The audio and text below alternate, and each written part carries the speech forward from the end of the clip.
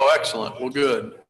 All right, we'll go ahead and get started. We'll begin with our solemnizing prayer for the commissioners, and following that, we'll have the pledge. And Judy, we're going to let you, or we're going to ask you to lead the pledge for us tonight, okay? Okay. All right. Lord, thank you for this day. You provided for us an opportunity to be at this meeting today. We come to you on behalf of the county commissioners. We pray, Lord, give them the wisdom they need today in this meeting today, Lord. Thank you for the dedication they have, the work behind the scenes they do, dear Lord. Pray you bless them and help them today as many decisions need to be made today. In Jesus' name we pray. Amen. Amen. All right, Judy. I pledge allegiance to the flag of the United States of America and to the republic for which it stands, one nation, under God, indivisible, with liberty and justice for all. Hey, that worked out just right. Oh, good. Which one are we supposed to look at, the big picture or the little picture of Judy? I'm trying to get it figured out. Okay. All right, I've got a couple of additions. The Vertex Phase 2 contract has been returned to us. We'll add that as consent item AB. And then commissioners, I sent you a memo. Well, I handed most of you the memo on environmental health fees. We'll add that as consent item, item AC, environmental health fees on AC. Does anyone else have anything else needs to be added, taken off? All right. All right, do we have a motion then to approve the agenda as amended? So moved. All right, Craig motion. Mike second. All in favor say aye. Aye. Hi. All right, then the minutes of October 19th are before us. Motion to approve the minutes. So moved. Second. Craig motion, Jim second. All in favor say aye. Aye. Hi. All right, then the amended consent agenda is before us for approval. Motion and a second. So moved. All right, we have a tie for first. Call it heads or tails. It Right. don't matter. All right, Craig motion, Jim second. All in favor say aye. Aye. Hi. Then let's see, we'll move on to special recognition. We've got, let's see here, do you have that, Jim? I do. Yeah, we've got Farm City Week is upon us. That's November 16th through 20th. And so we certainly, a large part of Rowan County's people and our economy are based on our history and ongoing dependence on our farm economy. And we certainly are very appreciative of our folks involved in that. And we want to bring some attention to that. So one of our farmers on the board, Jim, is going to read a proclamation for us. Mr. Chairman, people are always surprised at what farming adds to a county like ours. And today we're going to show that it's an $11 billion industry. And besides just the money, the beauty that farming brings to the county makes us different than many other counties. Our good brothers in Cabarrus County and Mecklenburg County have a lot of things we don't have, but one of the things that we do have is farmland, and it really adds to the beauty of our county. So excuse me if I'm a bit prejudiced about that, but this proclamation is for Farm City Week, and the Rowan County Board of Commissioners proclaimed that whereas agriculture is an $11 billion industry for the state of North Carolina, the state ranks #1 in the nation in farm cash receipts for tobacco, sweet potatoes, #2 for poultry and eggs, and #3 for fresh market cucumbers and strawberries. And whereas Farm City Week highlights partnership farmers here and across the nation produce an abundance Let me start that all over. Whereas Farm City Week highlights partnerships, farmers here and across the nation produce an abundance of nutritious, good-tasting food for everyone to enjoy. Their partnership with grocers, truck drivers, processors, scientists, consumers, and many others all play important roles in getting food from the fields to household tables. And whereas Rowan County has over 118,000 acres of farmland with an average farm size of 129 acres, 97% of our farms are family-owned.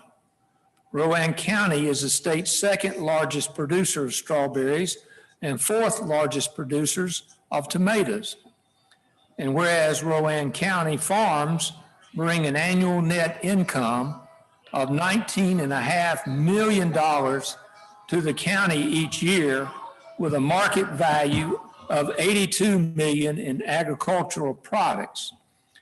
And whereas North Carolina Cooperative Extension, Rowan County Center, and the Rowan County Soil and Water Conservation District are encouraging people to speak with farmers or agribusiness providers so they can learn more about agriculture and where their food, fiber, and fuel comes from. Now, therefore, the Rowan County Board of Commissioners does hereby proclaim November the 16th through the 20th, 2020, as Farm City Week in Rowan County, and encourages all citizens to observe the significance of this week. This is the second day of November 2020. And I'm going to present this to Amy Lynn.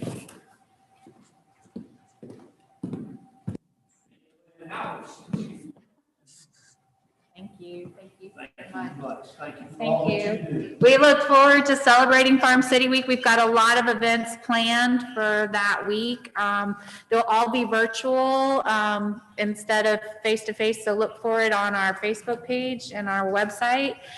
April's going to be helping us out with some events as well, but we've got, we'll also be celebrating Knox Farms bicentennial farm. So they are celebrating 200 years as a farm on Knox Farm. So we'll be celebrating that week as well. So we're really excited about it. So this is a partnership with Soil and Water and Cooperative Extension, and we'll be celebrating all our farms that week. And we've got elementary schools writing thank you letters to farmers, and we'll be delivering those that week as well. So we're really looking forward to it. So thank you so much for this proclamation. We appreciate it. Good, thank you.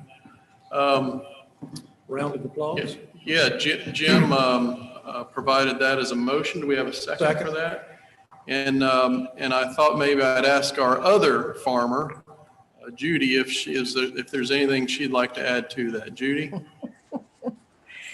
Well, I am just so proud to be a part of Rowan County, even though I'm just a retired farmer. But I'm a big supporter, and I just want to say thank you to all of the farming families and the agribusiness that we have in our county, because you are a big part of what makes this county work. So thank you. And Knox Farms bicentennial? Has it been that long, Jim? I was not there, but I was there shortly after the land grant from the King of England came over. We can never let that go by. It's kind of a joke between us. Well, we appreciate what you do, and we would like to give you all a round of applause. So thank you. All right. We have another proclamation, and this is for honoring Veterans Day in Rowan County. Mike? Thank you. Thank you, Mr. Chairman. I know our board is very appreciative to all of our veterans in the county, and I think it goes without saying the sacrifices and contributions that they make daily and throughout history. Proclamation honoring Veterans Day in Rowan County. Whereas throughout our history, the United States of America has been protected by patriots who risked their lives and served nobly to protect and preserve our independence, the principles of justice and our democracy. And whereas Americans live in freedom, because of the contributions, sacrifice, and unspeakable hardship of the brave members of the United States Armed Forces who have heroically answered the call to defend America. And whereas November 11th is designated each year as Veterans Day, as a day of remembrance and a day of honor for our extraordinary veterans, for their valiant service and unwavering belief in our heritage, safety, and liberty. And whereas Rowan County recognizes its more than 10,000 Rowan County veterans and holds in high esteem their contributions in the defense of our great nation, for adding strength in the time of in war or peace to preserve the democracy this country so proudly stands for. Now, therefore, the Rowan County Board of Commissioners does hereby proclaim November 11th as Veterans Day in Rowan County and calls upon all citizens to pay tribute with appropriate ceremonies and to proudly display the flag, the American flag, in honor of our veterans, both living and deceased, who have earned our respect and deepest gratitude for their service and for their legacy to preserve America's cherished way of life. This the second day of November, 2020. I make that in form of a motion. Second. Motion and a second. Any discussion? Do we have veterans here in the room with? We know that Mike is, Jim Chairman, Vice Chairman Jim is. Do we have other veterans in the room? Chaplain Taylor, we appreciate you guys. Just heartfelt thank you from this community. We seem to have more veterans than normal in a community of our size, mainly due to the VA Medical Center. But we certainly appreciate you. Our heart goes out to you and to your families for the sacrifices you've made for our community. So we love you and we appreciate you and wish you all the best. All in favor, say aye. Aye. Aye. Thank you very much. All right, do we have anyone signed up for public comment? All right, then we'll move ahead. They won't check, right? April, anyone? We'd like to invite anyone joining us remotely. At this time, if you'd like to speak, you can press *9 if joining by phone or raise your hand in the Zoom application. All right, it appears we have no one. If anyone chimes in, let me know. We'll get them on. We'll move ahead to item number 4, Shane Stewart, public hearing for Z04-20 for Morgan Well and Pump. Welcome, Shane. Good afternoon. All right.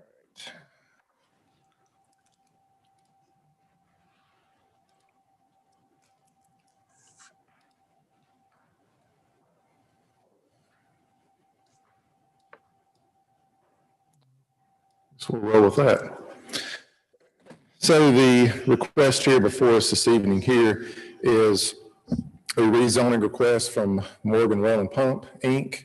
for the land that you see here on the screen. It encompasses 2 tax parcels, 140, 233, and 234.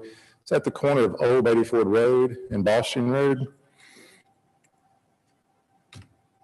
And you look at the vicinity map here, you'll see the 2 parcels outlined in blue. And for reference, this site's about a half mile from the new interchange we got here at Old Beatty Ford Road and 85.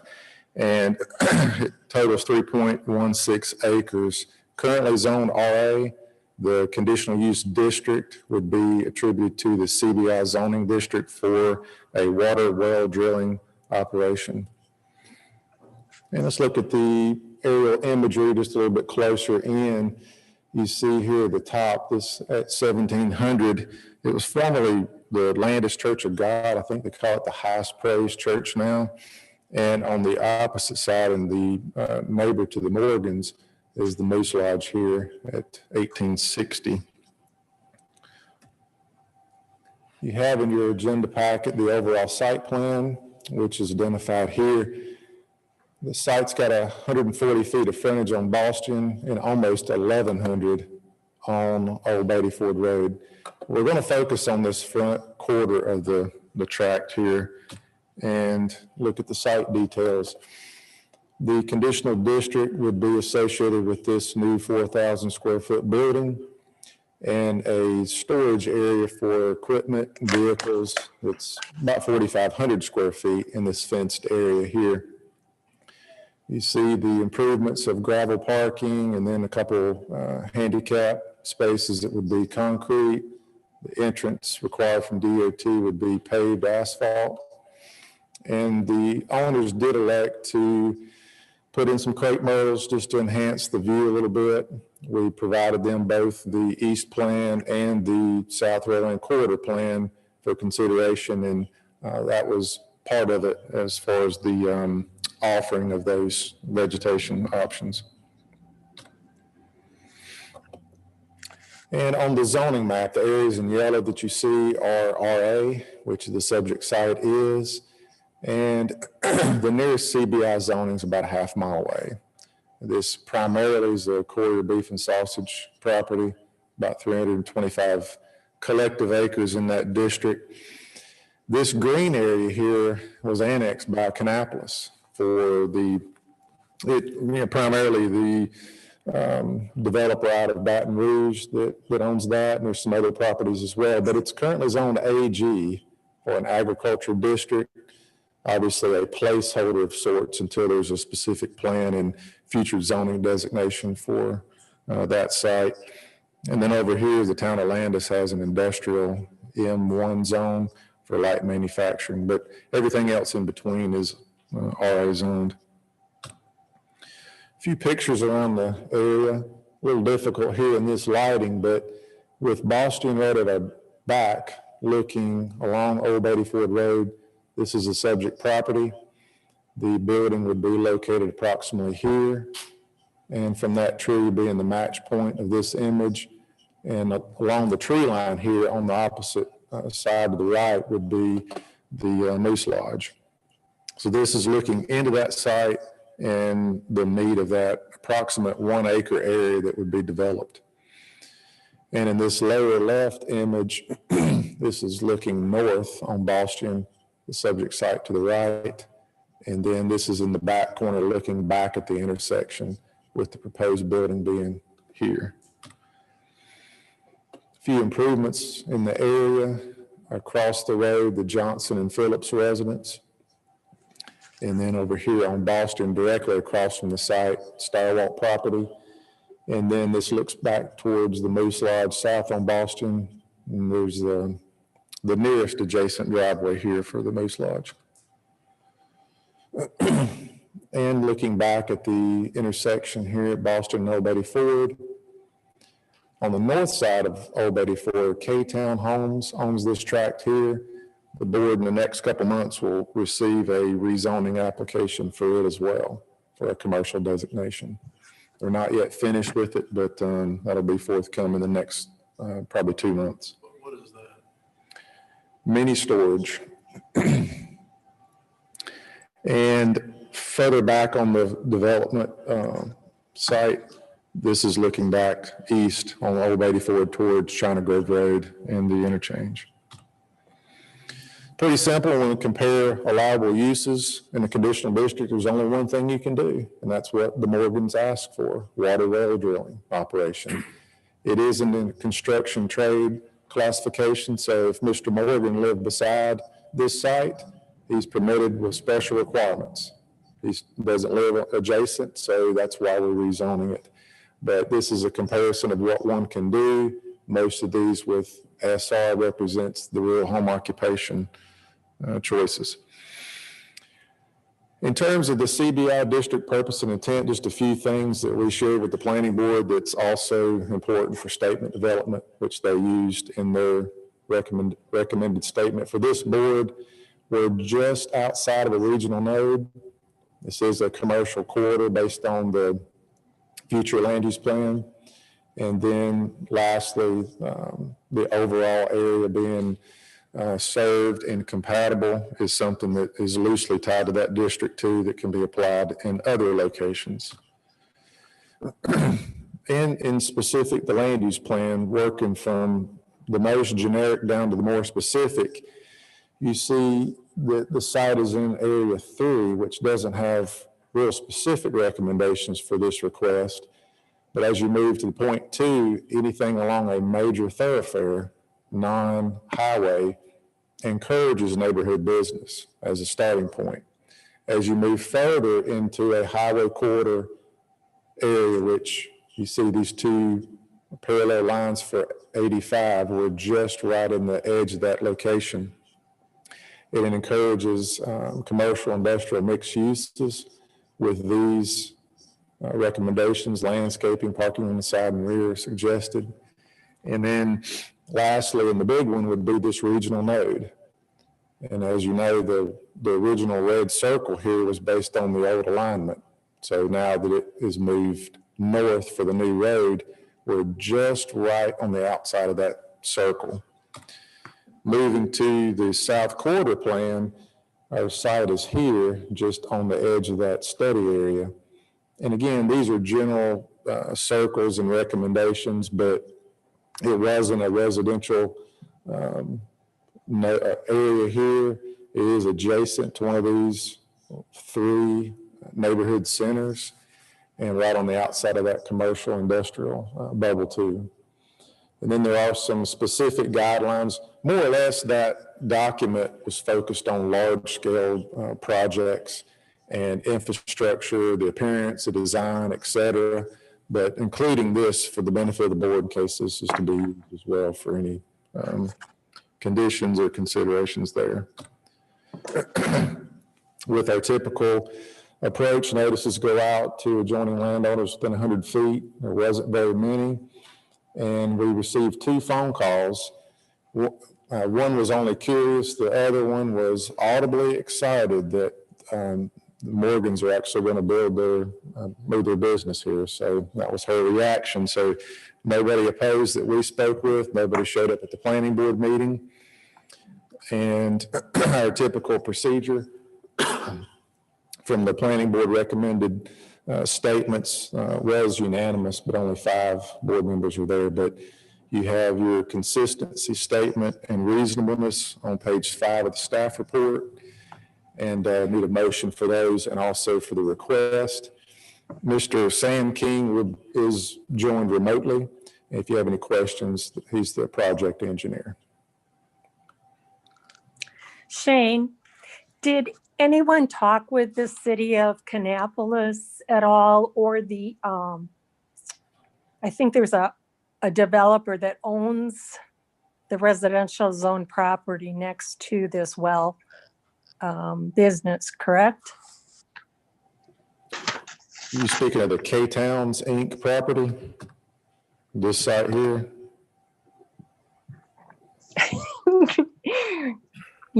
It's so small, I can't hardly see it. Is it the parcel across the road? North of 84? Here it is.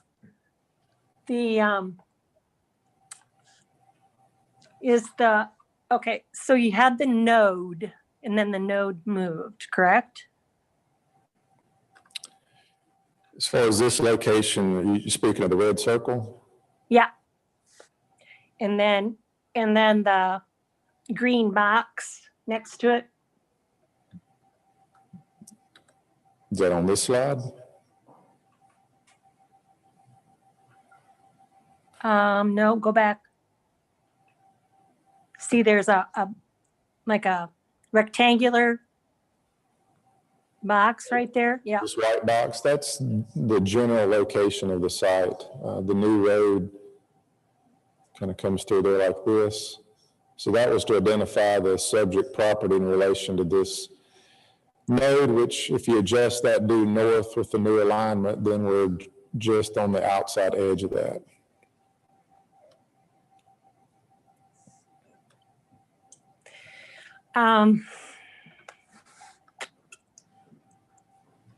I guess my question is if eventually we're going to have residential in that area,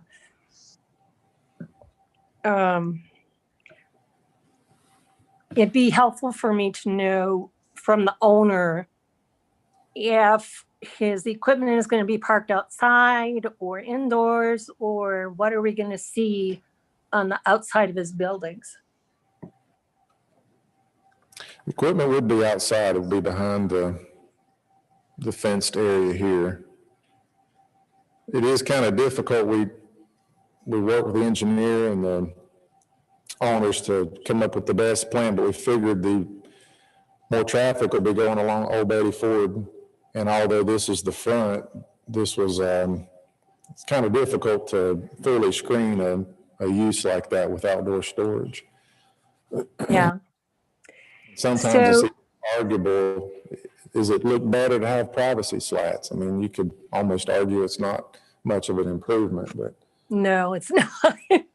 At least according to me, anyway. So the tree line that's there along, what's the road right next to the front? this is Boston, and the tree line here is Yeah. along the Kannapolis Moose Lodge. Oh, okay, okay. Gotcha. Okay, so then it will be pretty well landscaped, and the equipment will be kind of out of sight from the main road anyway.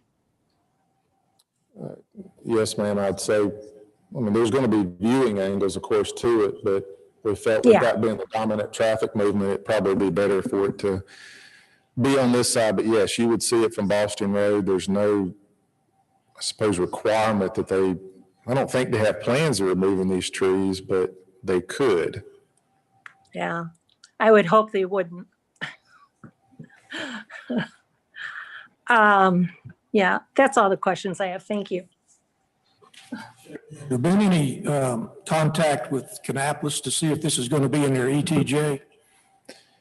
No, sir, and I think when you consider that large area, it's difficult to know how far out this would potentially grow, but China Grove Road would be the current limits of that location that they have, but we did not reach out to them, no, sir. The only reason I'm asking is if it's going to be in their ETJ, they're going to have to approve it too. And would want to see if they're applicable to that. I think most likely with that ETJ stuff now, the way it works, as you know, there's probably going to be annexation would come first, or that this board would be requested if they wanted to create an ETJ based on that new annexed area. Okay. The only other question I have, is it not possible for him to put this particular structure and all the surroundings on that one lot and not CBI 2? That's a good question. I suppose that would be a possibility. And where we started, it was NB. And we were trying to work with that, but honestly, it become a little cumbersome with the screening element and two fronts. But it's possible they could just rezone one. But at the same time, you get into the spot zoning issues. And I mean, it's definitely a good question you raise.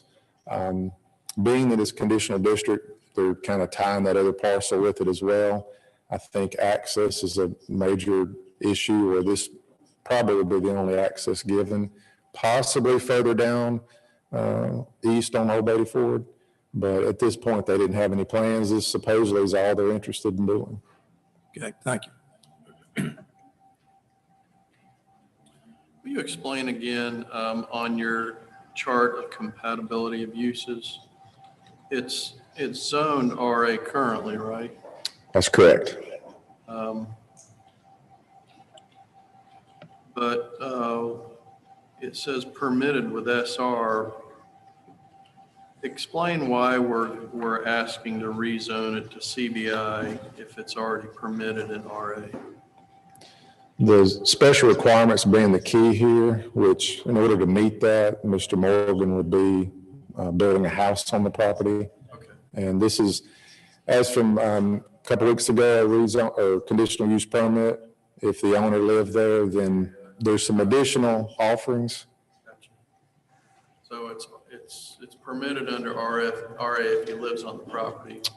Correct. It would have to be CBI if he doesn't. Correct. Gotcha. All right, thanks. All right, any other questions?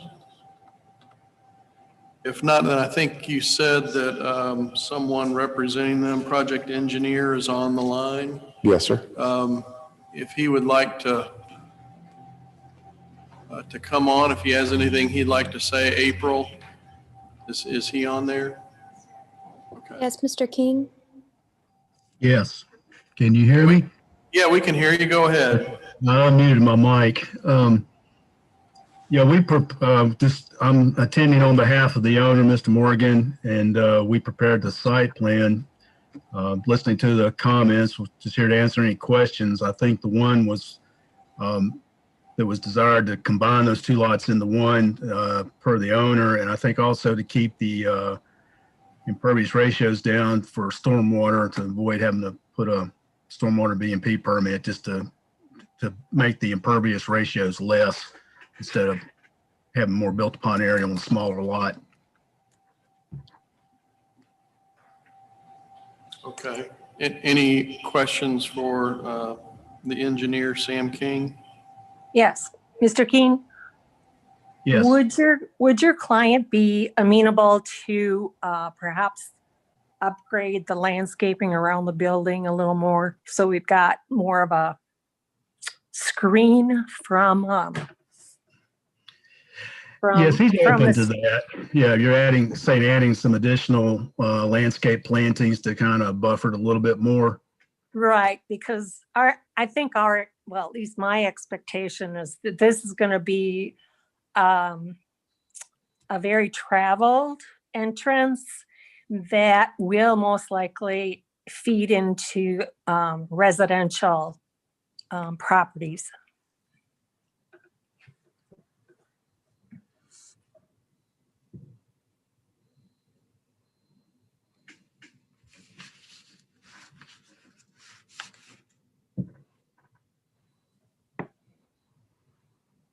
Would satisfy that issue from Commissioner Klusman? I think specifically on the screening, I don't know if, I would go to Mr. King if he feels authorized to make that decision without, I don't know if they'd have a conversation about that, but we talked about that earlier, and if he doesn't feel confident in that, then I suppose if that's the will of the board, then they could table it to allow for him time to talk with the Morgans and determine if that's something, what they're willing to do. But we do look at that, and this was increased from the first submittal. So hard to say how much more they would be willing to do. Yeah, talked with Joe LaFave. He's doing the building on this, and I asked that question that if the commissioners would require additional landscaping, and he said yes, he'd be open to that. And just I guess depends on how much more you want to add. But we're trying to enhance this a little more and improve the buffering. I believe he would be fine with that. So we'll just need some direction from Jay and Shane, how we could move forward with that request. We would need to speak with him, because it would be a voluntary condition. So we need to speak with him and have him possibly amend the plan to show. But Ms. Klusman, Commissioner Klusman, she would need to be, what does she want?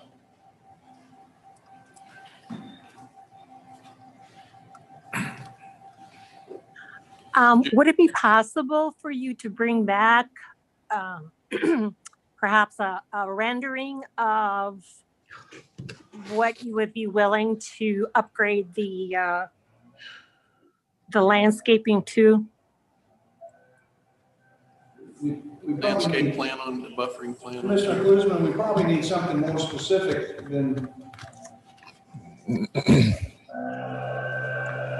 Mr. Chairman, I don't have a problem with the way it's presented, so maybe we should see what the will of the board is before we go through all this. Well, Commissioner Pierce, I think you also had a very good question as to whether they have talked with the city of Kannapolis. Is that something we can find out too? I regarding. guess I need a little bit more clarification. You know, this is quite a ways from the city limits. They don't have to talk with them, and there's no desire for water and sewer.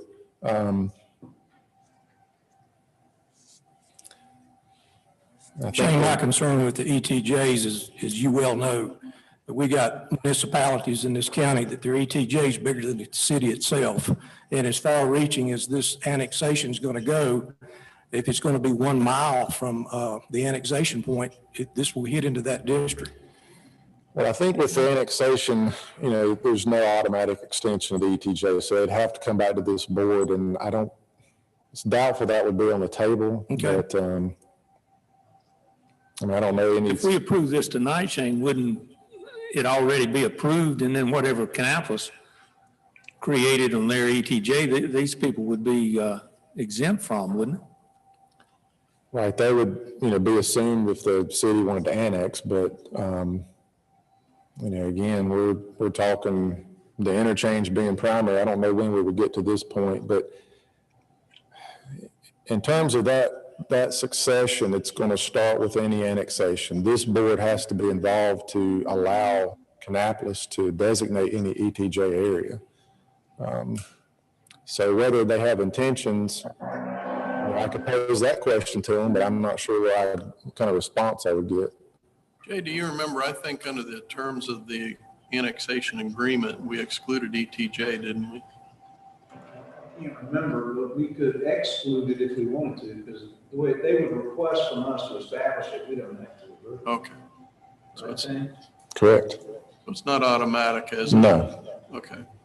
We've been working with this group from Louisiana for over 5 years. And the best I know, they haven't turned a shovel full of dirt over yet. And I hate to make this man wait or do a lot of additional things with the anticipation of what might be on there. Yeah, I understand. Go ahead, Judy. I'm sorry. I understand that, and I know that they are not legally required to have a chat with the city of Kannapolis, but I just think it's a good neighbor idea.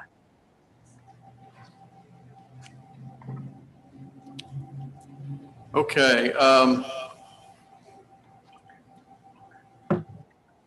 We're kind of in a spot here of, we would need to make a motion well, first of all, to adopt the statements of, well, first thing I need to do is if we're through, if the engineer, Sam King, is done speaking, then we would open it up for public comment. Following that, we'd have further discussion, but then we need to make a motion both on the statements of reasonableness and consistency. And then we can make a motion to approve or deny with any conditions. So why don't we just continue to move ahead based on our kind of calendar of events here. And when we get to the end, we can bring up again the issue of additional buffering. Is that okay? All right. Sure. So we'll open the floor now for public comment. If anyone has anything they would like to discuss from the public standpoint, also calling in, that's available. Yes, any of our remote participants, if you'd like to use the raise your hand feature within the Zoom app, we'll add you to the list to speak. All right, hearing none, then we'll close the public hearing. And if there's other things we need to discuss as a board, we're certainly open to doing that. Want to respect whatever commissioners have to say. If not, on page 5, we have statements of reasonableness and consistency. So I'll hold a second and see if any commissioners have any other discussion on this, and then we'll move to statements of reasonableness and consistency. Following that, we'll move to any conditions that we'd like to add. So I'll offer up as a motion a statement of reasonableness in accordance with section 21-362J of the zoning ordinance, and after due consideration of the Board of Commissioners, determine Z04-20 to be reasonable and in the public based on the location of the subject property along a major thoroughfare. The request is compatible with the current land use plan for the area. The subject property is in close proximity to other businesses and no adjoining property owners are opposed. Make that in the form of a motion. Second. Craig, second. All in favor, say aye. Aye.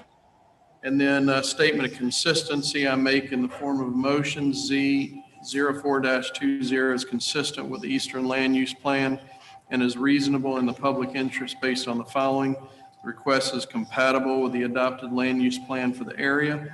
The property is a transitional lot and the proposed use is in the best interest of the community. Is there a second? Second. Craig, second. All in favor, say aye. Aye. Aye. And then we would need a motion to approve or deny or table Z04-20 along with any considerations or conditions. And Commissioner Klusman, you had some conditions you would like to add. So I'd leave that to you, then we would vote on that, but I guess they need to be some quantitative conditions in order for us to be able to measure them. Is that right, Shane? And I guess that's what I was looking for as we were talking about this. How do we word this in order to give the applicant the best opportunity to comply? Yeah. I guess you'd start with, is the full will of the board to be additional landscaping? If it is, then maybe some sense of direction. We're talking about canopy trees, shrubs, additional, doubling what they've got, or? Well, that's fair. And so I guess I just poll the board. Would we want to move ahead with additional conditions before we go through that exercise of wordsmithing additional considerations? Mr. Chairman, I'm good with the conditions that are currently being presented. Yeah, I'm fine with what they presented. And as far as ETJs go, I'm in favor of the state eliminating all ETJs, so I'm not going to vote for another one. This is what we're getting to. Mr. Chairman, there's a tree line right behind this property. And Boston Road is the least used of these two roads. The Old Babyford Road, even in the future, is going to be the most used, and this property will be seen most from there, even though they will be coming in off of both Boston Road. And we have landscaping in the front. And so I'm well satisfied with what they have sent here because of those reasons. Okay, well then, at this point, it appears then we would just need a motion to approve Z04-20. So moved. Madam Chairman, that would be subject to the 24-hour period of additional vote. Correct. That's right. All right, we have a motion from Craig. Is there a second? Second. Jim, second. Any other discussion? Judy, thank you very much for your input. All in favor, say aye. Aye. Aye. Any opposed? All right, well, thank you. Thank you, commissioners. Appreciate it. Thank you, Shane, Jay. All right, Jay, Bath and Body Works lease extension.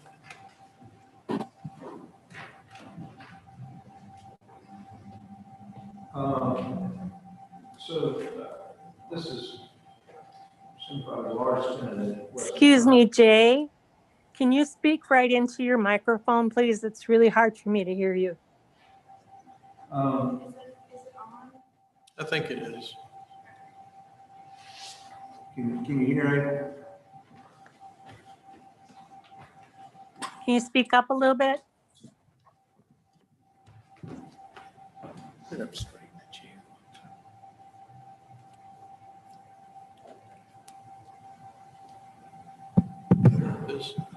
Thanks, Judy. Now it's hot, Commissioner Klusman. Can you hear me? Yes, thank you. Okay, perfect. This is the larger tenant at West End Plaza, and they've been working on annual renewals for the last several years, but last year they opted to go to a month-to-month schedule. But they reached out this year to give us notice that they intended to continue month-to-month, but they had the question of the time period when they were closed pursuant to the governor's order What you see in your memo is April 1st through July 2nd. And so they have proposed for you to consider a 50% abatement of the rent, meaning a waiver of the rent for that period, and a 50% payment that would be deferred under your sort of current program, where they can defer through the end of the year 50% that they would catch up then in the first 6 months of 2021. So what's different from your program is that they're asking actually for the 50% to be abated rather than paid and then 50% deferred. They want 50% deferred and 50% abated for that time period. They have paid all payments from July 2nd through to date, so they are current on full rent for those months, subject to just resolving this period from April 1st to July 2nd. It was a bit timely this came in. I had had conversations with the beauty store owner. She had the same question after the new policy you adopted. She said, it doesn't really help me because I was physically prevented from being in my space. So I couldn't earn anything. And at the rate that I'm building the business back up, it's not going to help me a whole lot to even defer, because I'm not sure I'll be able to make full payments in January plus deferred amounts. And so the question is out there generally, whether we want to review that policy again with regard to tenants who were closed for some period of time. But specifically, this is in front of you to either approve or deny today with regard to Bath and Body Works. But we probably should have the larger discussion about what you might want to do with tenants that were forced to be closed and physically couldn't open during that period. My opinion is, seeing as how many have been destroyed through this time, I'm just glad they're still open. And if we can do something for those that are still open, then I think we ought to do it. Happy to do it, and hope they get back to full strength. Absolutely. Yeah, I agree, Mr. Chairman. they're probably what the longest tenant we've had out there, I guess. And so I know they've stuck with us through all the turmoil over the mall through the years. I think it's the least we could do for them. And I agree, so much of our state was shut down by the governor where they couldn't go out and earn a living. So if we can help a little bit, then I think we should. All right, well, You want me to make a motion? yes, sir, please. I make a motion that we accept the COVID-19 letter agreement for Bath and Body Works. Second. Thank you, Judy. Second. All in favor, say aye. Aye. Aye. All right, thank you very much. Thank you, Jay. Do you want us just to reach out to the tenants that are out there with regard to other adjustments that might come back in front of you? Yeah, sure. Manager Church. Thank you, Mr. Chairman.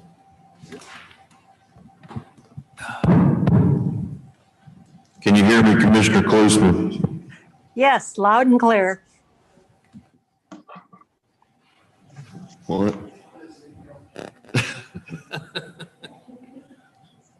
I wish they'd listen. So this was an item that was discussed previously during regular session in September. I gave a presentation to the board regarding human service organization and governance options. At that time, the board tabled the discussion to the first meeting in November in order to provide the commissioners with more time to study the options. I'd be more than happy to, if you'd like for me to give the presentation over again, or if the board just wants to have a discussion, or be happy to answer any questions that I might be able to. Aaron, where are we at with the environmental health situation?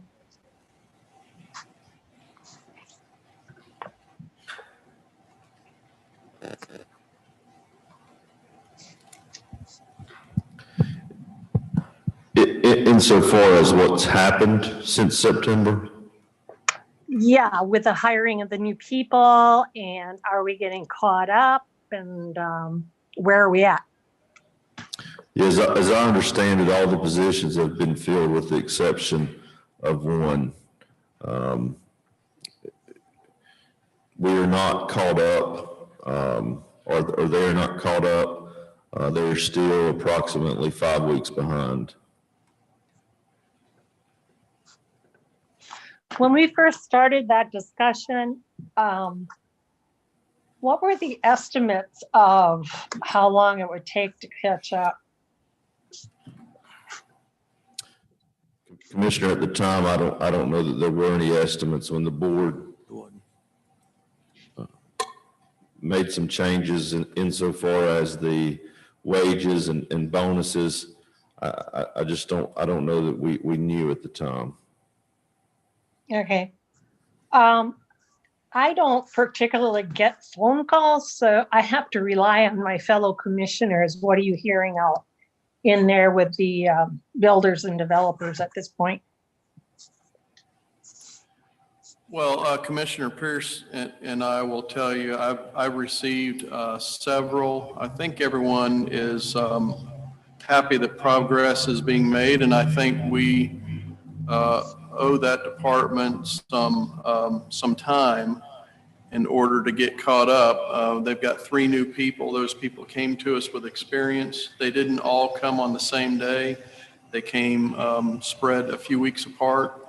So I think probably by the last of September, they were at full force. We've had really October to get caught up. At the time that we made this move, I think they were as much as 10 weeks behind. I understand they've cut that almost in half. So I think that's good progress. One of the moves that we made to try to help the situation was made by adding that item to our agenda this afternoon, and just so the public understands, there's a lot of construction that is about to happen or is already happening in Rowan County, a lot of homes being built. And a lot of these are in the county and they need PERT tests being done. And that's what we're talking about really is PERT tests. And I guess perhaps maybe well as well. The PERT tests are what's kind of throwing a wrench in construction is if you've got a builder that's pulling 5 or 10 construction permits, they're having to wait. It was 10 weeks, but now it's 5 to 6. And that's a lot of time and a lot of money because they've got subcontractors sitting there waiting on them. So what the commissioners did today, which we assume will get the assistance of the Board of Health, is it really came from a discussion with a builder that builds a lot of homes.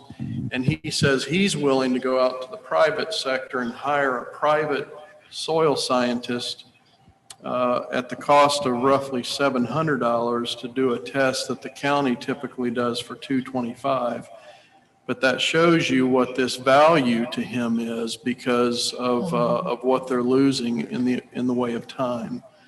So he said, if I go get my own private soil scientists, then do I have to pay the county's $225 fee as well?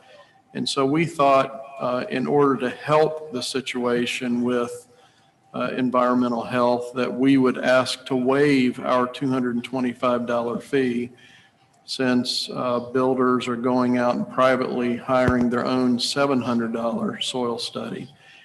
Now we'll only do that while we're still struggling to get caught up, and at that time that'll go away and we'll begin charge. But that helps the developer. It helps them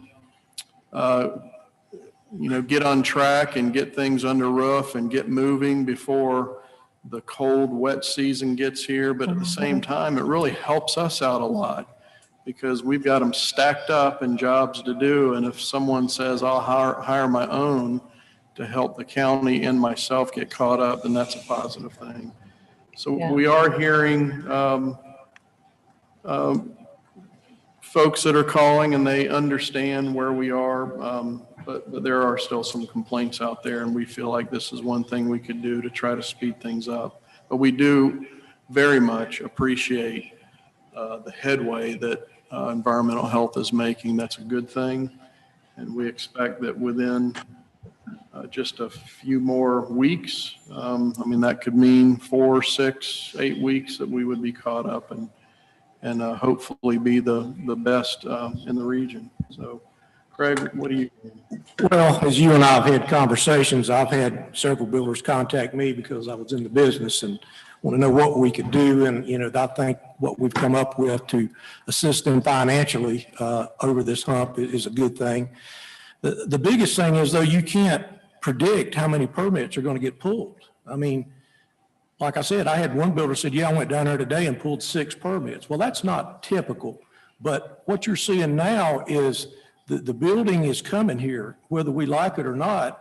Yeah. And we've got to get something in place to take care of this influx of business, because, the next thing is you're going to get somebody that's going to drop a lawsuit on us because we can't perform like we should to provide the services that they need to come here and add to our tax base. So I want to see us stay on top of this, and I want to see us explore other options too as we move forward, just to give us some opportunities to see if there is another way to proceed. And at the same time, I want the health department to do their part, especially environmental services. I know health department's a big department. Y'all got plenty of oars in the water right now with this COVID, but when it comes to the environmental services, this is where it all starts. These builders can't start that construction until this is done. So it handicaps them into doing anything else.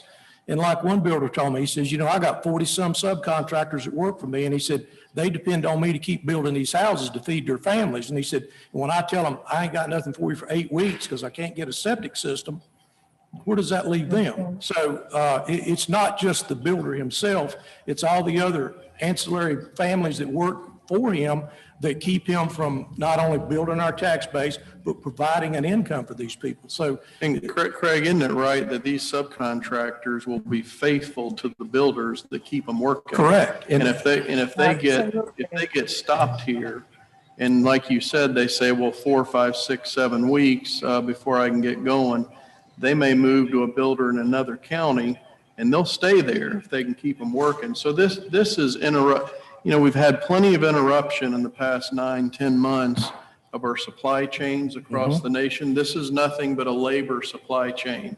And when you interrupt part of it, it just goes away and moves to another county where it can find consistent work. And so we really put our builders. So we are where we are. We've addressed it. We're getting better. We're going to get there. It's going to take some time.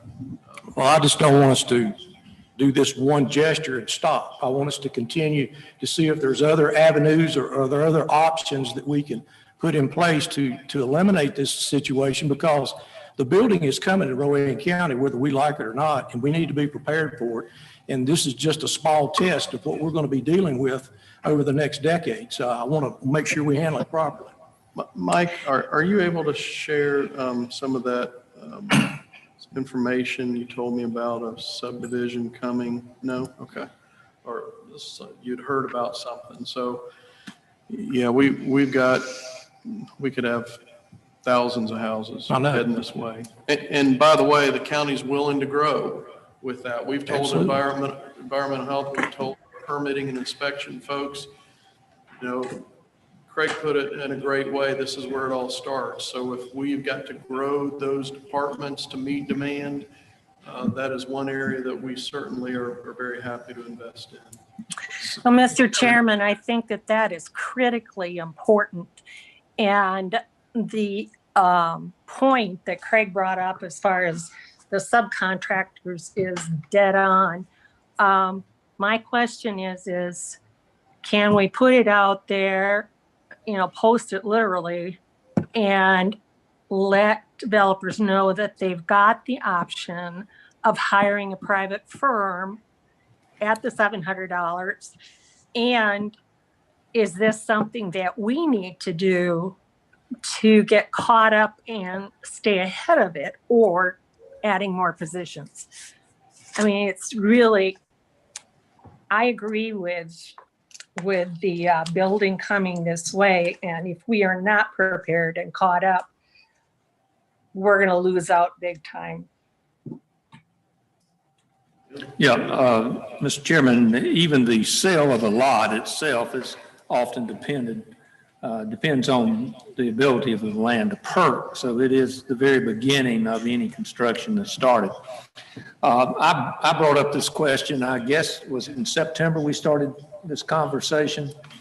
I think that we need to give a period of time. I'd like for us to look at giving the health department 90 to 120 days, depending on what would be acceptable by the commission, and let them, their people should be trained. A lot of the folks that they hired were trained and ready to go to work.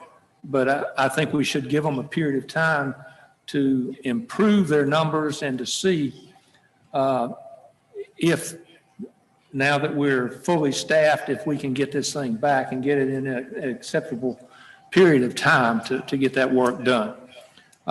Certainly before we would take the drastic step of the options that we were given by the county manager. You know, we've done what we did by hiring folks with the bonuses, and then we've made this move today to try to help move things along as well. I just wonder if there are other things that we could do. I know, Aaron, we didn't come prepared to talk about this, but if our builders are hiring independent soil scientists, why can't we do that to help supplement what that department is doing now to help us get caught up? I don't think hiring new full-time people right now would be, because I think we need to see where we are with staffing once we're caught up. You know what I'm saying? Instead of 3 other people now, and we find out we're overstaffed. You know, are there other things that we could do from a contract basis, getting people in here? I know I'm putting you on the spot. No, I think we've done that. We did it when we were really behind. Randy, can you share what we did and what the cost was? Sure. Can you hear me? Yes, sir. Okay. Yeah, I know we had gone back and worked with the environmental health manager, and I think we've done at least 20 inspections or had lined up with a contract for at least 20. There is some administrative overhead for the environmental health office to manage that and line them up, but that is an option, and that could always be utilized again in the future if need be. But that is where the environmental health department would queue up individual inspections to allow the soil scientists to work directly and receive that certification and come back. So that's definitely an option, and it has been utilized in the past. You think that's still available now? Yes, I mean, these are independent companies that provide this service, and we can always go back. There were a couple there. I think there was a bid process to see who we could get. So we do know that there's multiple companies that are willing to provide that service. And so how much per test did they charge? I am trying to think off the top of my head. It was, I think we were right at $1,000. Okay. Yeah, it wasn't outrageous from the numbers that you were mentioning earlier. And what we would do is basically purchase a block of soil scientist inspections and allow them to do that. So how much have we spent already on doing that? I think we contracted for about 20, didn't we? Yes, I'm thinking that we were right around 20,000 or thereabouts. We can go back and look and see, but yes. Yes. So, Mr. Chairman, You get some folks from other counties to come in and help us? At one time we did, but yes. I'll But that's say it if you want. that's Aaron. becoming more difficult because they're trying to get caught up now. And a lot of them have no travel restrictions on their personnel, right? Well, and we, I would defer to the health director, but I think there's a possibility we may have hired some of the employees from those counties. We've already got them. We got them. Just need them to go to work. Yeah.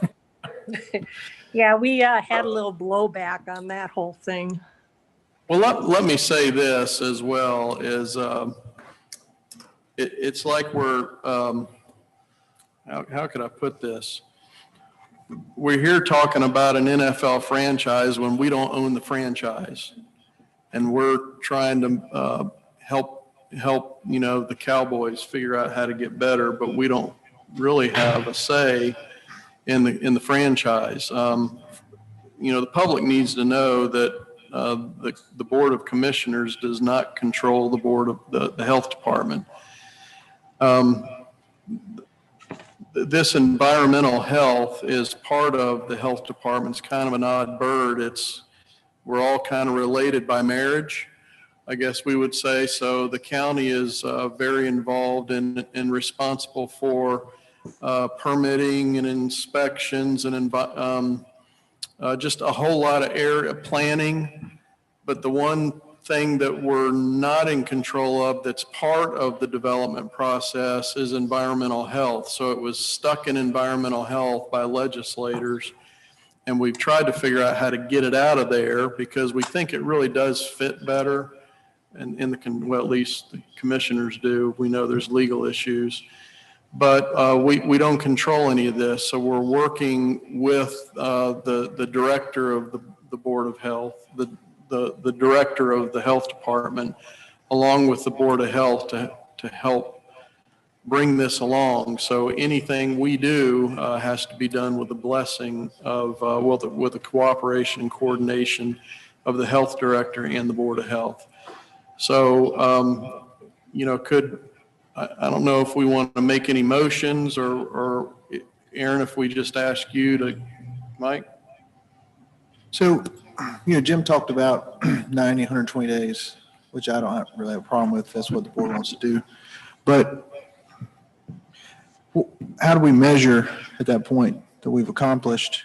I mean, when we say that, 5 weeks behind, what does that actually mean? Can they only do one a day? I mean, how long does it take to do one? Is there thousands out there? I mean, I don't understand what that means. I think from my just snippet of very, very little bit of information, that was a question that we asked the health director several months ago, is what, in the area of environmental health, what do we see as good service? What we call it time service. What's good time service? We were told if you go to most counties, you're looking at good service would be 2 weeks. Now, Craig, maybe you could comment on that. That's your normal lead time is about 2 weeks, depending on the weather. Right. And of course, depending on the time of year, and how it's going to get dark at 5 o'clock, you're not going to be able to do anything. But I think what the goal of this board is whatever the standard is, we want to be better than that. I know that, again, from our position where we don't control things, I've stated my opinion that I'd like to see that be a week. Now, when we say we'd like to see that be a week, that means if that's what the commissioners want to see, the commissioners have to be willing to fund that. Correct. And that's something that I think we've all said, we don't have any issue whatsoever funding to be a great development community, a great development county. So I think it's just a math problem, Mike. The question is, what is it going to take for this county to get to a standard 1 week process? When we were having issues with permitting and inspections, we were 6 weeks behind. this board developed, along with the leadership of really through the leadership of the county manager, the 24/7 program that is now guaranteed 7 days. And it's one of the best, as we heard in our matrix study, out of 200 counties that they studied, ours is the best anywhere. So we want the same for environmental health, and I would say a week would be good. Mr. Chairman, I know we have a monthly litter report now. I'd suggest that we get a monthly update on the lead time for the inspections on environmental services. That way we can kind of get a pulse on just exactly how much they're picking up and do we need to hire that additional subcontractors to come in? I don't want to wait 90 days to find out we should have done this 60 days ago. So that's just a suggestion that we'd say once a month at this meeting, not the night meeting, once a month, we get an update on what their lead time is for environmental services. Well, they are fully staffed now. Correct. And I understand that they had their hands tied behind their back when they weren't fully staffed. Correct. But they have come to us and said, this is what we need. We gave them money, an increase in hourly rate or however we pay them. And so they should be fully staffed now.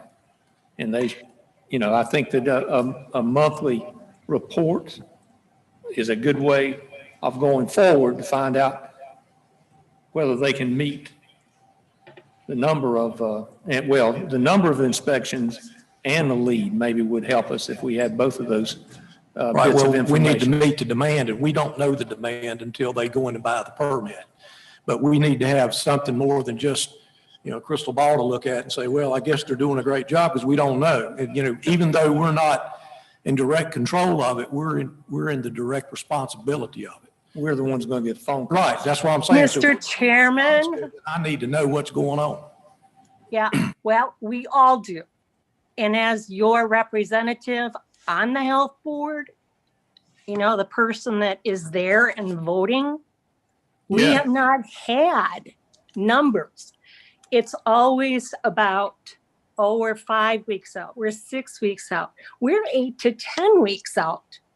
And from my perspective, we need right now to hire the contract company to come in and help get this backlog finished. I will tell you that on a good day, an inspector is able to do 3 sites. Now, part of the problem was in the past is that the contractor would come and say that the site's ready, come on out and inspect. And when they got there, it was not ready. So part of the update in the fees that you see is about trying to get those folks to be a part of the improvement of the process. That's why every time they come back and ask or aren't ready on one lot, they will be basically paying a fine. And it goes from 25 for the first one to 50 for the second one and $100 for the third one. And hopefully we won't get there. Hopefully after the first time that they get charged $25 extra, they will get the idea that we are serious about that. But for us to sit and wait when we've got a 5-week, and that's just an estimate because we do not know those numbers. And Commissioner Pierce is dead on. On the health board, we have never had direct numbers until the last month or two. And that's only because I have requested and required it. And that is the same for every department in the health department. And it has been very, very frustrating. I mean, I was told several months ago that the department was not going to do flu shots this year. And to me, that is dereliction of duty, because if we cannot help people who have lost their health insurance or cannot afford to pay cash for a flu shot, and then they get COVID on top of flu, that person has got an exponential rise in the possibility of dying, because you've got the two coming at you at the same time. So this is not just about environmental health. And quite frankly, the fact that we don't have our food and lodging folks up to speed, to me, is just ridiculous, especially when we got a $25,000 bonus. But this has been the situation over and over and over again. Well, we don't have, a full-time person there. We can't do it because we don't have staff. Everything is wrapped up in COVID. Well, COVID's been around a long time. And quite frankly, we can no longer put off offering the other services that our health department is supposed to be giving. I mean, when you hear that the health department has, quote, closed down because of COVID, to me, that's ridiculous. I'll tell you the other ridiculous thing is that up until last month, employees of the health department were not required to wear masks at work. Now, if we've got a public health department that is so far out there on trying to get caught up, it just seems to me that we as a board have got to give direction to them. It's just like the COVID testing. The COVID testing was all over. And you never knew from day to day, unless you got that email, where to send people. We even have doctors' offices in this county that had absolutely no idea where to send their patients to get a COVID test. There is no direct communication between the health department and our physicians. To me, that is absolutely ridiculous. So, gentlemen, this is not just a one department within the department problem. And I think that we've got to take the bull by the horns and get those paid contractors in there now, so that hopefully in a month or so, we can say that our current employees can handle it. But, we also have all of the catch up from the bad side. And I don't know where we're at, how many lawsuits we have been sued on these properties. But it's just one thing after another. And you all know where I am at as a member of the health board, that we need to make some major changes.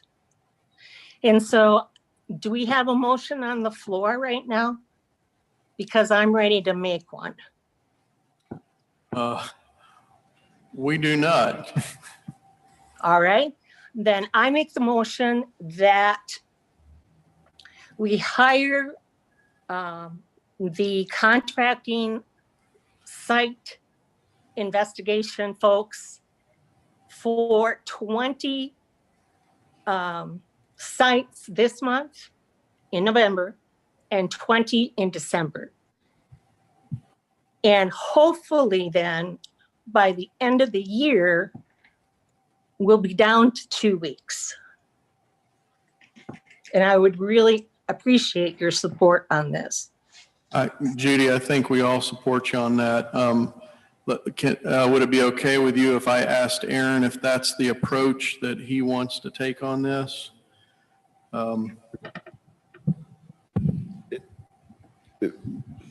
Mr. Chairman, I think that Commissioner Klusman brings up a good point. However, the Board of Commissioners and the county manager do not have the authority to contract with soil scientists without the health director requesting that be done.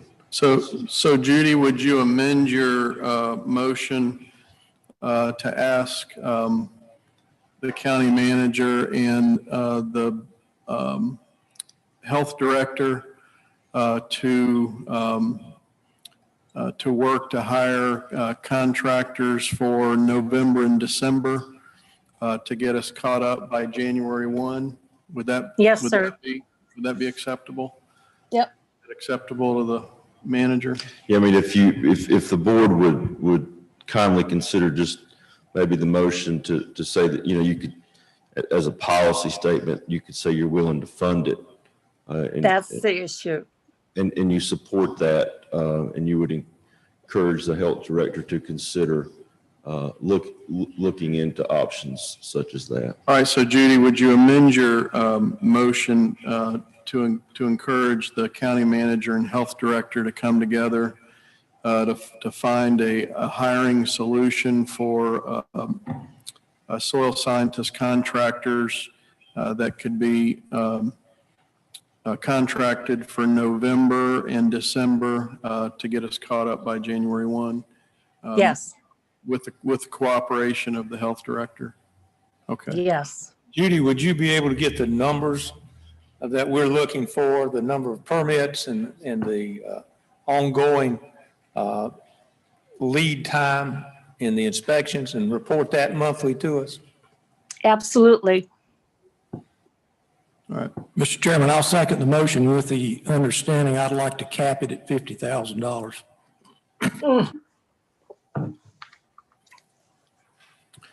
Let me be the Craig here. Where would that money come from? Well, that's why I'm trying to cap it. I mean, you don't know if this guy says, I got to have $1,500 per inspection, and you give him 25 each month to do, he's going to have a nice Christmas. Yeah. That's what I'm asking. Where would we pull that out of? Well, we'd have to ask our county manager over there. Let me ask Judy this while we're waiting for that. So all the other issues you brought up, Judy, this is only going to affect that one issue, isn't it? Right now, but this is part of the discussion that I wanted to have with you all, because I also would like to see us have a public hearing in January to discuss alternatives to the way that our health department is managed at this point. And I've had conversations with, I think, just about all of you. And I think that the consensus has been that we bring the health department director under the direct control of our county manager, which is allowed by state law, and to see if we cannot improve the services that our county citizens deserve. It's also important to know that it's also important to know that this is not, once you make the decision, that it always has to be this way. It's important to know that we could do it for a year or 2 years and then come back and say, okay, now how are things working? Do we need to keep going, or do we need to change some more things? The other important thing too is that our health board still continues to function. They simply do it as an advisory board versus the board that is supposed to be managing the director of the department.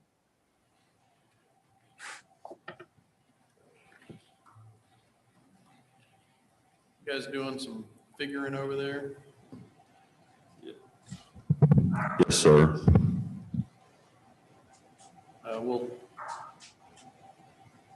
You want us to hold up a second while you're considering some things?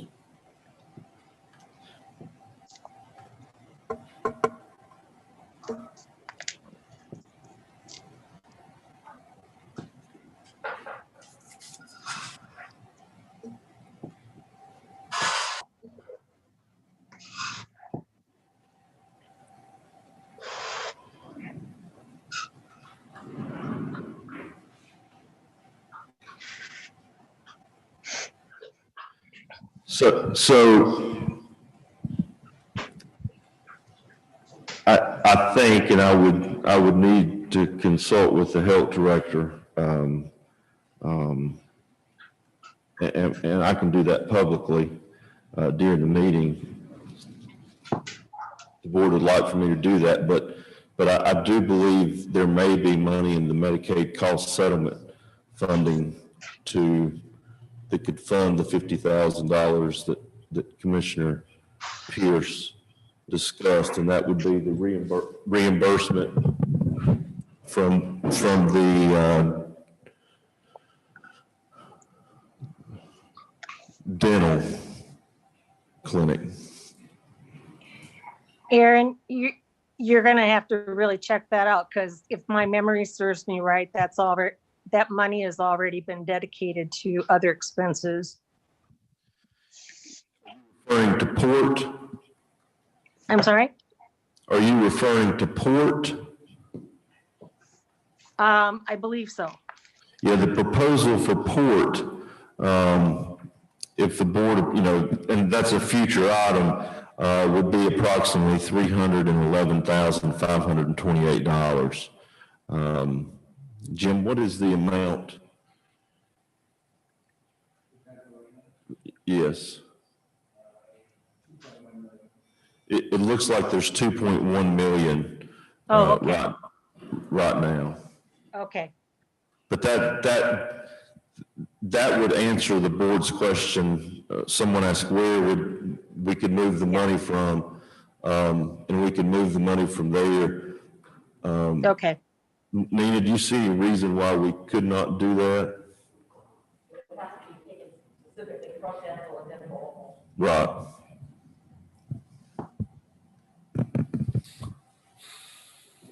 All right, so where we are, Craig made a motion that we look at that 50,000, do as manager, be together with the health director, we have a contractor over the next 60 days. And I agree, we'd like to see every. Mr. Chairman, can you turn your mic on, please? I'm so sorry, I did turn it off. If we could get a report to us, we'd like to know what the backlog is every 2 weeks. We would like a sense of kind of what the average soil, I don't know what we call them, field people, what they do each week, or what they're doing each day, but just let us know for the remainder of this year where we are. So we'll understand that number. Mr. Chairman, to give you a barometer to bounce this off of, I'll contact a couple contractors tomorrow and ask them, during normal times, what's the normal lead time for permitting and well drilling and these kind of things. That way, at least we'll have a realistic scale to go by, not just, an arbitrary number that we're going to try to hit based on what we've done in the past. So I'll be glad to do that. Okay. Craig, that's a great question. Yeah. So you had brought up an issue that a contractor had told you they had, I think it was 6 lots. Correct. And they showed up and did one and didn't do any of the other ones. Is this going to fix that issue too, or is that a scheduling issue? Well, that to me comes back to the environmental services director, whatever they call him, that shows poor use of time, in my opinion. I mean, if he's already driven there in his own site and the permits have been drawn, why not go ahead and do as many as you can in that day and let this contractor move along as opposed to, I'll be back next week? I mean, if he drew 6 at a time, he should be in line for 6 permits first before anybody else gets theirs. You know, that's a really good question for Adrian Pruitt, because as he has explained it to me, you know, sometimes the site's ready and sometimes it's not. So absolutely, we need an answer to that, Craig, because I agree with you. You know, time is precious. All right, so I don't know where we are with all the motions. I know Craig made a motion. I think my wife made a motion. Craig made a motion, 50,000. We're asking the directors and the manager to get together to come up with contractors for the next 60 days. We'll limit that to $50,000 and then over the next 2 months, if we could get reports every 2 weeks at our meetings to know where we are, to see that we're catching up. And then January, we'll kind of see where we are. Okay. All right, I'll second that motion. Any other discussion? Judy, thank you. Yep. All right, all in favor, say aye. Aye. Any Aye. opposed? All right, thank you very much. Mr. Chairman, Yes, ma'am. I have another motion. Yes, ma'am. Yes. I would move that our commission have a public hearing on the management of the health department on on Monday, January 4th at our regular meeting. I'll second the motion. Would you be willing to make it the middle of the month? Just because January 4th is close to January, that's a Monday after the New Year's weekend. Okay, then our next meeting is on Martin Luther King Jr. Day. Do we meet that day or do we meet the next No, day? don't we push that to a Tuesday? I think so. Could we do it? Could we do it that Tuesday? I think Sure. I have to, I think I'm getting pulled to do security at the inauguration in DC on the 19th. Is that Martin Luther King Day? Well, I think, isn't the 19th the inauguration? No, Well, the I 20th. 20th, so they pull some of our people to go up there, so I won't be here. All right, then let's just hold it on the 4th then. Is that okay? All right. Judy will make it the 4th. Do we have a second? Craig second. All in favor, say. Whoa. Don't we have to have some specifics, more specifics on that, Mr. Manager? Commissioner Caskey, it's my understanding that if you're going to have a public hearing, that you state what particular governance you're looking at. So Well, could I ask this then? Could we, how many day notice do we have to have? 30 days? Yes.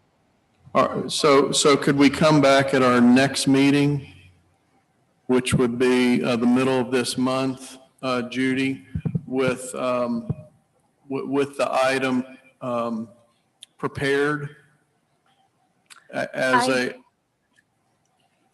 Mr. Chairman, I believe maybe I just talked about it rather than making the motion. But my motion should have included that the hearing would be on the possibility of changing the management of the health department to be managed by the county manager. I don't know, Aaron, do we need any more than that? You're talking about 3C, is that one you're talking about in the attachment?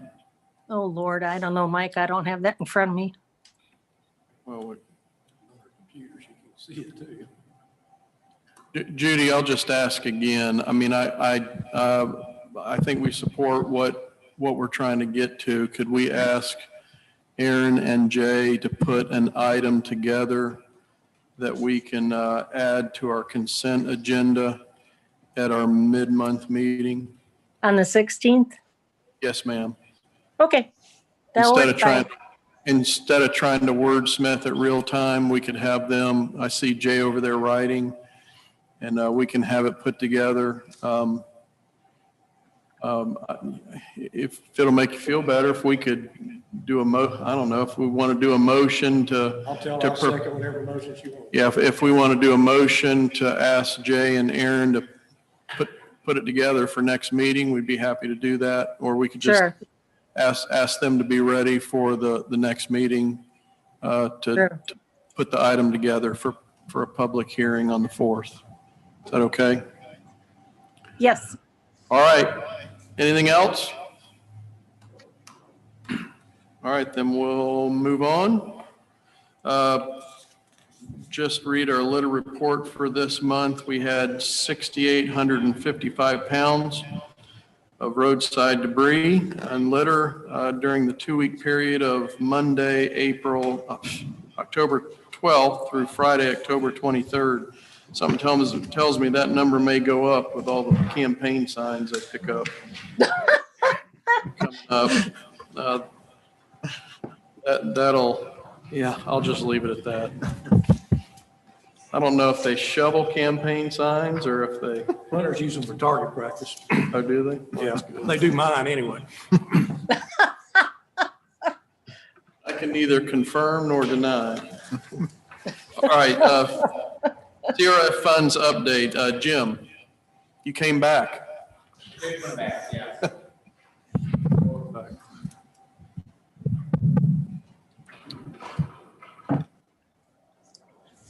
Everyone have a handout? So we did, I did a summary sheet to try to help clarify. Behind there, of course, is the detail, but this is the overall summary.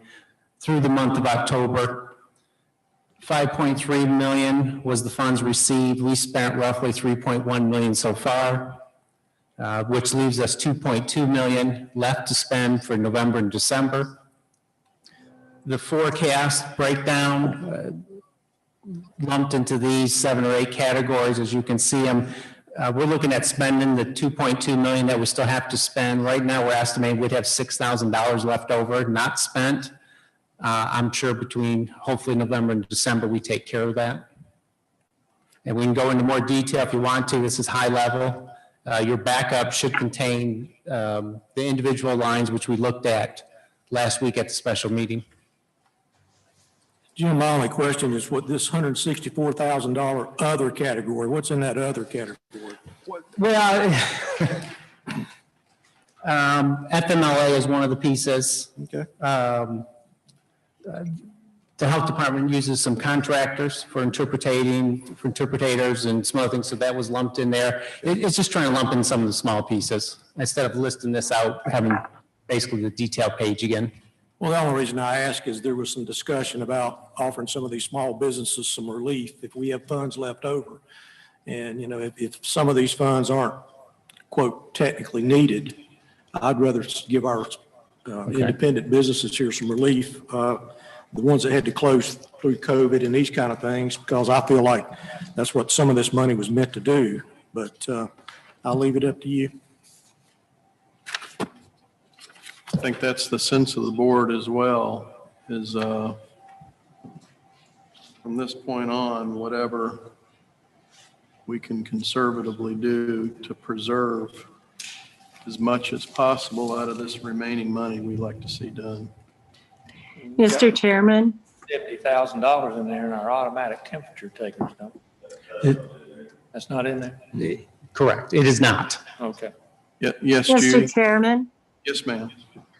I do know that, I don't know if there's a budget amendment yet or not, but I've requested the department to purchase as much Narcan and testing materials as possible. Our Narcan use is up an additional 50% over the time of COVID. So we've got a lot more costs there.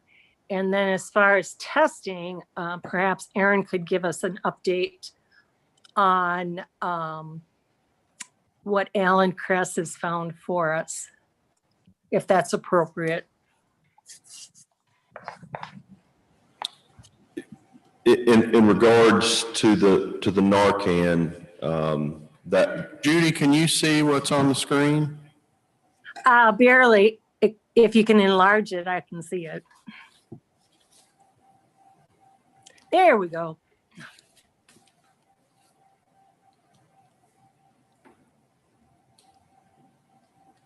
So I got it. Yeah. In regards to the Narcan, we have, we verified with the NC Pro office that was an allowable expense, and that the 18,750 is just an estimate. We did receive an email today that was very detailed from the health department that will justify, and that number may change some. In regards to the testing that Commissioner Klusman is referring to, is that the rapid test? Yes. Okay. That was a question asked in the last meeting, and up until this point, the county has not been successful in procuring a rapid test machine. I was told last week from Alan Kress that he does believe he can procure a rapid test machine. This is very preliminary. I don't know if the PO has been issued or not. And as I understand it at this time, and my understanding may be wrong, is that the cost of the machine is really not that much. The cost is for each test that the machine does. Presumably there's some type of, testing kits you receive, and then, so the cost of the testing kits is the real cost, and they are approximately $80 a piece.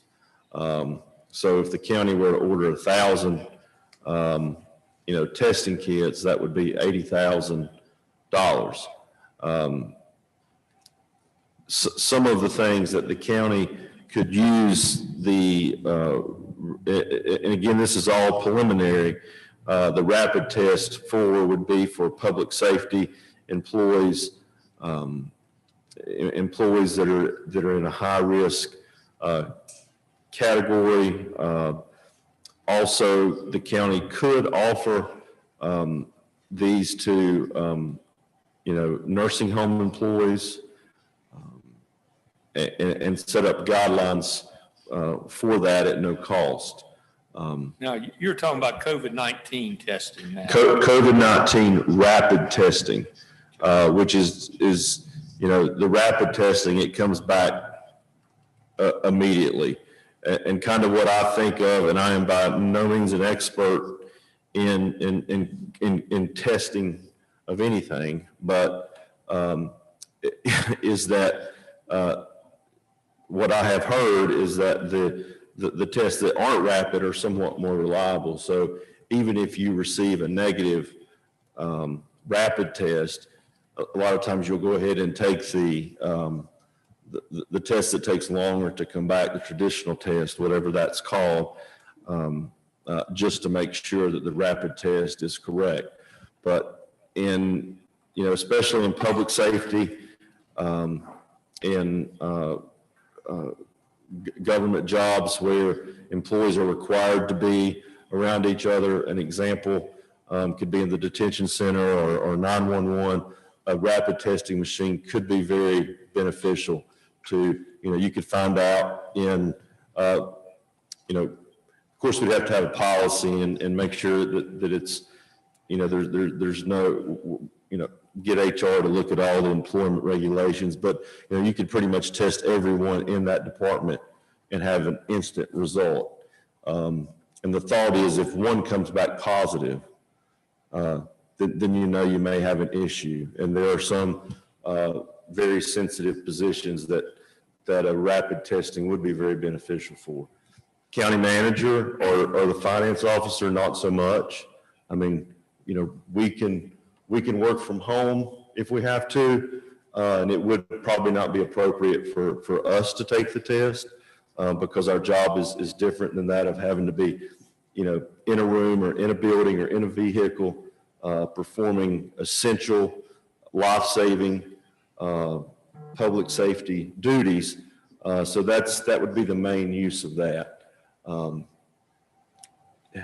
Coincidentally, it's about the same cost as what the standard traditional test is that takes anywhere from, you know, I've heard 24, 48, 72 hours to come back. So if that has been procured or if it is procured, it'll take about 6 weeks for us to get the machine. And, you know, I told Alan, you know, 1,000 because 1,000 is the number of employees we have.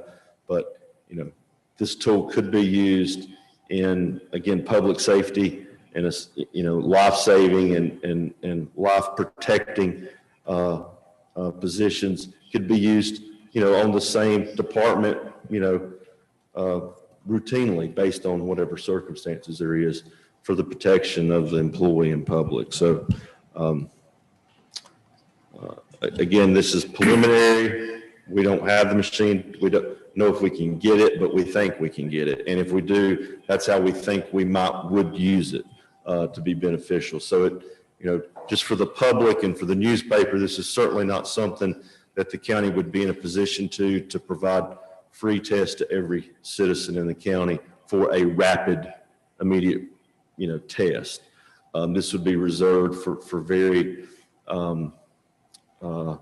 sensitive public safety positions that are providing life-saving means to citizens or protecting citizens. Could you clear one thing up? You said Probably not. Well, the other commissioners may be thinking the same thing, but if these are less accurate and they'll have to get a second test anyway, can you walk us through the logic of us even needing this? I think the logic is if they are, you know, if they are, you know, and I'm not a scientist and I'm not a specialist in this, but if they are, you know, a certain percentage accurate and you've got a population of employees that have to work closely together and one employee is sick or an employee has been sick or is out with, you know, cold symptoms or something like that, you could immediately offer that to all those employees. And in the event that one is positive, again, I'm not a scientist and this may be wrong, but it's my understanding the inaccuracy is false negatives, not false positives. So it's just that it would be another mechanism to put in place to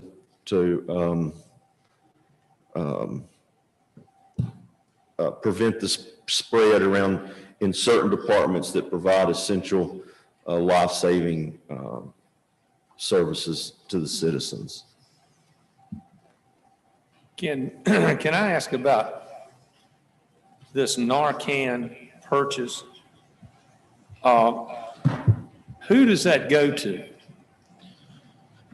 Okay, my understanding of that is, and this is based on a verbal conversation I've had with the health department, and Commissioner Klusman may be able to correct me if my understanding is wrong, but there's two basic populations that this goes to. One is our ambulances, or you know, or they have them on the ambulance. Another is, I believe, the health department provides them to citizens who come in to the health department who may need them. And let me just pull up an email that received today. Hold on one second.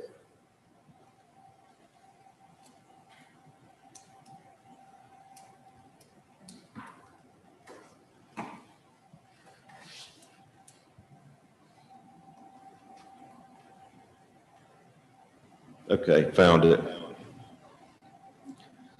So since the beginning, and this is an email from the health department, since the beginning of COVID-19 in March 2020, we've seen a significant increase in opioid overdoses.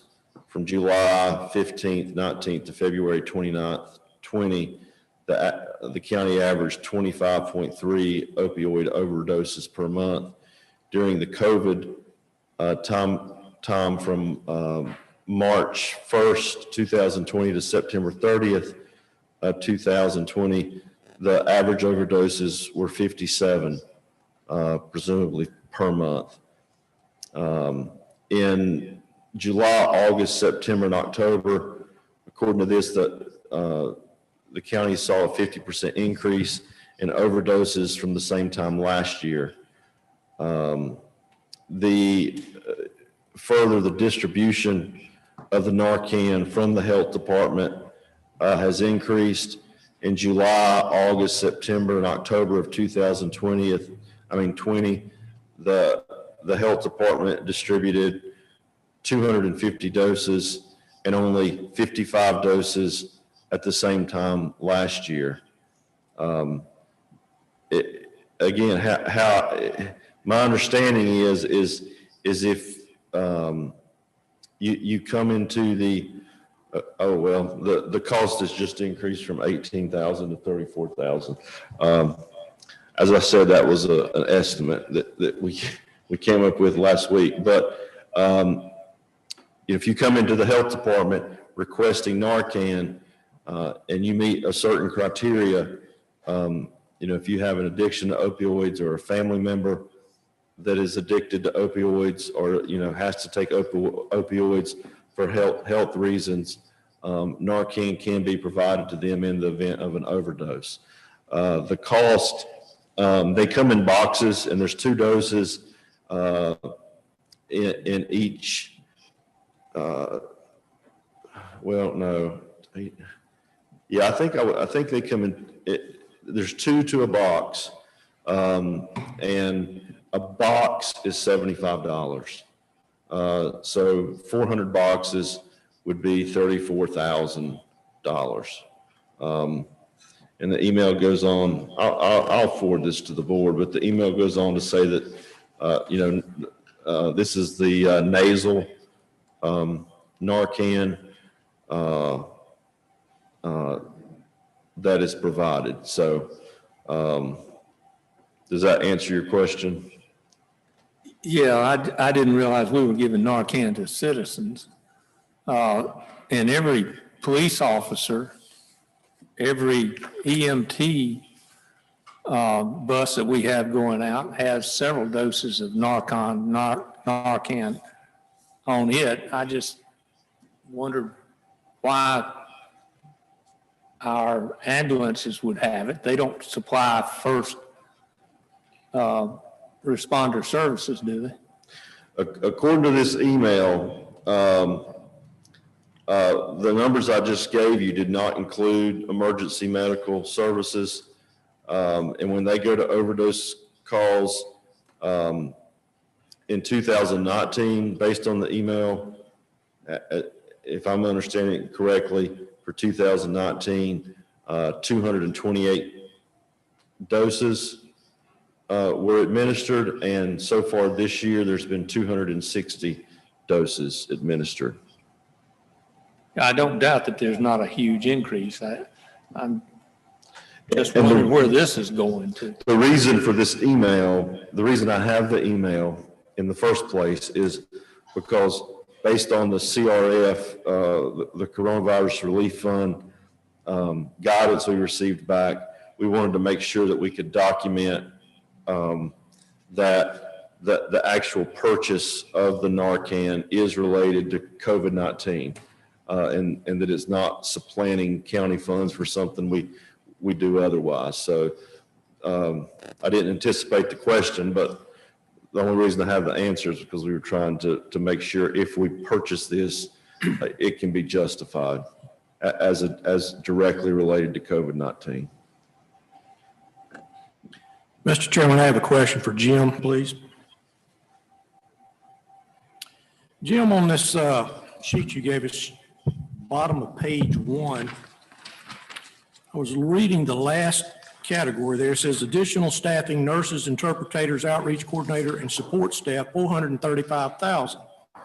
But I look over here in the month of October, only $8,327 was spent, and that shows a remaining balance of $427,000.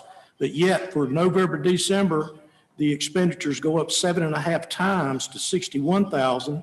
And then in the following expenditures, it goes up 8.5 times to $69,000. But even with that, it leaves $366,000 unaccounted for. So my question is, if it's $8,000 for one month, why does it go up 8 times the next month? That's a good question. So the 61,000 is for November and December. Okay. So the 8,000, they've hired in, 5 people have started, the 6th one is supposed to start in November. So the people are just starting to be hired. Okay. So it's not a full month in October. Okay, but my question, I guess, is these people are just contract labor, they're not full-time? No, these are full-time. This is that group of 11 that are being hired in. Okay, what happens after we run out of money? My understanding is they are full-time employees. We'll continue to pay them. Well, we do have additional coronavirus relief funds that the health, that was directed towards the health department, that we have more time to spend. The 30 months? Yeah. Okay. And you asked the question, the 366 that's unaccounted for, that's what's not going to be spent. Now, if you'll go, Wait a minute, it's not going to be spent? Not going to be spent on that line item, but if you'll go up. Okay. If you take your finger, you'll see 14,000, negative 14, and the next number is negative 360. So we're projecting to spend 240,000 more than we initially thought we would spend on COVID-19 testing with Mako. And that's due in part to when we went to testing 5 days a week at the health department. And also, if you keep going up, you'll see this few small numbers, 3,000, 2,000, 2,000, then 19,000, the 142 and the 403,000. That is where we're spending approximately 221,000 more on direct COVID-19 employee pay expenses. Some of that has to do with, and Randy, I know you're on the line, correct me if I'm wrong, but at some point in time, the CRF guidance changed from 50% of your time or more didn't have to be spent to be considered essential. If any amount of your time was considered essential and it was coded to COVID-19, we could use that to reimburse for that expense. So that's one reason that line item went up. But the entire $953,000, almost $1 million for employee expense is all directly related to employees. When they input their time in their timesheet, they selected an option, and when you select that option, it comes down and you put COVID-19. So each individual employee, this makes up all 800 employees who at some point or another during the last, since March, when they've entered their time, they are stating they have worked, that percentage of their time was COVID-19. So if they did 10 hours in a week and then 30 hours was regular work, then they would come down and they would put 30 hours regular pay, 10 hours COVID-19 pay. So that's went up a lot more than we initially thought. All right. Is that all? Is that right? Yes. That's the reason that went up? Yes. Okay. And like I said, this does not include the additional Narcan that just went up. And it doesn't include the temperature tunnels. At the same time, it does include $1 million in construction costs that we hope and anticipate to complete before the deadline. But if we don't, the money can't be spent on that. So to Commissioner Pearson and Commissioner Eds's point, if, we're going to keep a close eye on this, and in the event that it appears that there's going to be extra money, we're going to keep giving a report every 2 weeks like this, so we will know and we'll be able to make sure the money's spent. Save us some. Okay.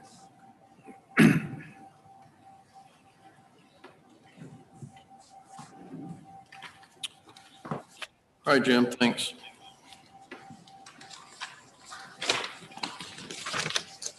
Item 9, budget amendments. Motion to approve budget amendments. All right, Craig, motion. Jim, second. All in favor, say aye. Aye. On board appointments, Town of Cleveland Zoning and Planning, Grayson Phillips has served as an alternate member, but a vacancy is opened up now.